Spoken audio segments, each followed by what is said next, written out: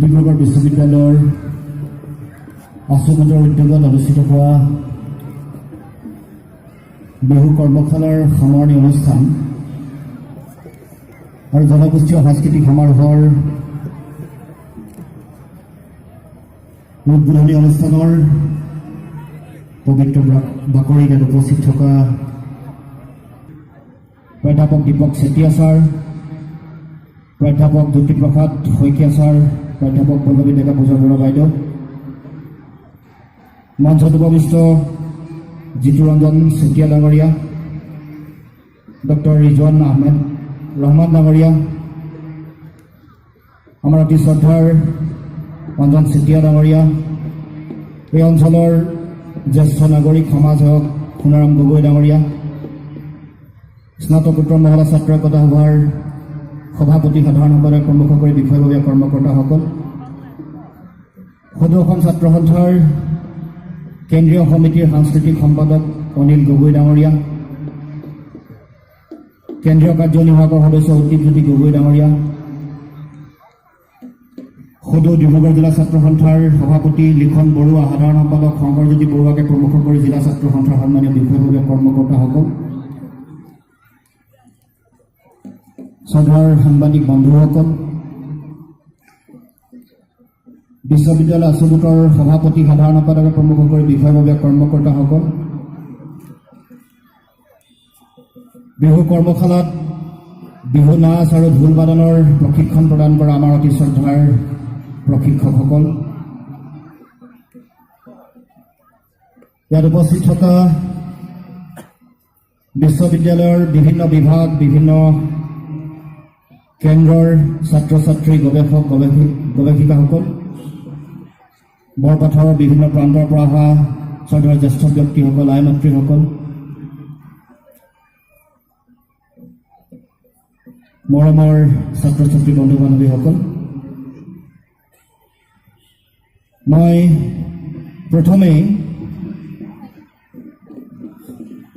এই অনুষ্ঠানৰ পবিত্ৰ ক্ষণত ইয়াত উপস্থিত থকা সন্মানীয় শিক্ষাগুৰুসকললৈ, জ্যেষ্ঠ ব্যক্তি, আই মাতৃ সকলোলৈকে আন্তৰিক শ্ৰদ্ধা নিবেদন কৰিছোঁ। তেখেতসকলৰ প্ৰতি সশ্ৰদ্ধ প্ৰণিপাত জনাইছোঁ। ইয়াত উপস্থিত থকা আন সকলো ব্যক্তিলৈ এই বিহুৰ প্ৰাকক্ষণত ৰঙালী বিহু বসন্ত উৎসৱৰ এই আৰম্ভণিৰ এই সময়ছোৱাত সকলোলৈকে আন্তৰিক শুভেচ্ছা জনাইছোঁ, অভিনন্দন জনাইছোঁ। আগতীয়াকৈ ৰঙালী বিহুৰ ওলগ জনাইছোঁ।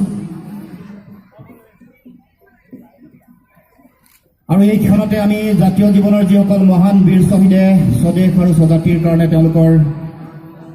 বৰ্তমানবোৰ এৰি থৈ গ'ল জাতিৰ সুৰক্ষিত ভৱিষ্যতৰ স্বাৰ্থত, সেইসকল মহান বীৰ শ্বহীদলৈ আমি আন্তৰিক শ্ৰদ্ধা নিবেদন কৰিছোঁ। ভাৰতবৰ্ষৰ পূব প্ৰান্তত অৱস্থিত এই ডিব্ৰুগড়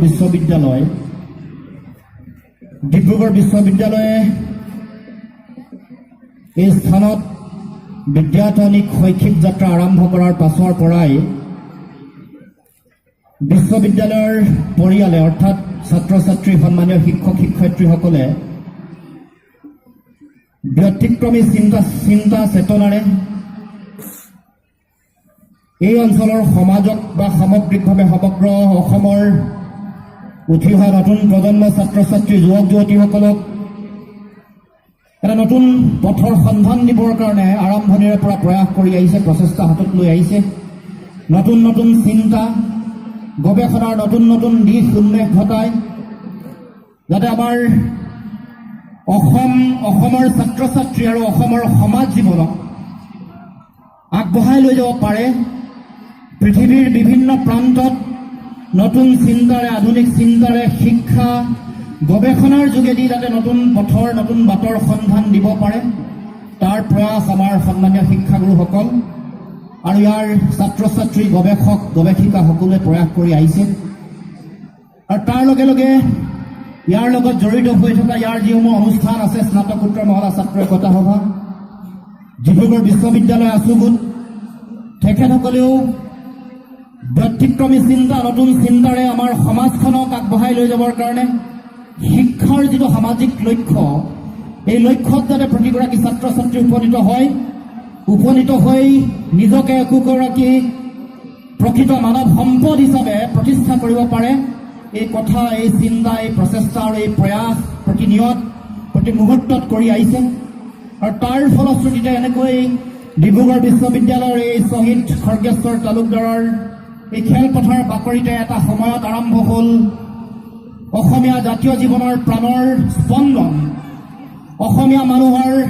জাতীয় চিন্তা চেতনাৰ গৌৰৱ গাথা এই বিহুক যাতে পৰিকল্পিত ৰূপত পৰিশীলিত ৰূপত আমাৰ উঠি অহা নতুন প্ৰজন্মই জানিব পাৰে শিকিব পাৰে জানি বুজি শিকি আৰু অনুশীলন কৰি যাতে আগবঢ়াই লৈ যাব পাৰে সংস্কৃতিৰ চৰণীয়া পথাৰত যাতে কোনো কাৰণতে কোনো ধৰণৰ কুলসিত পৰিৱেশ যাতে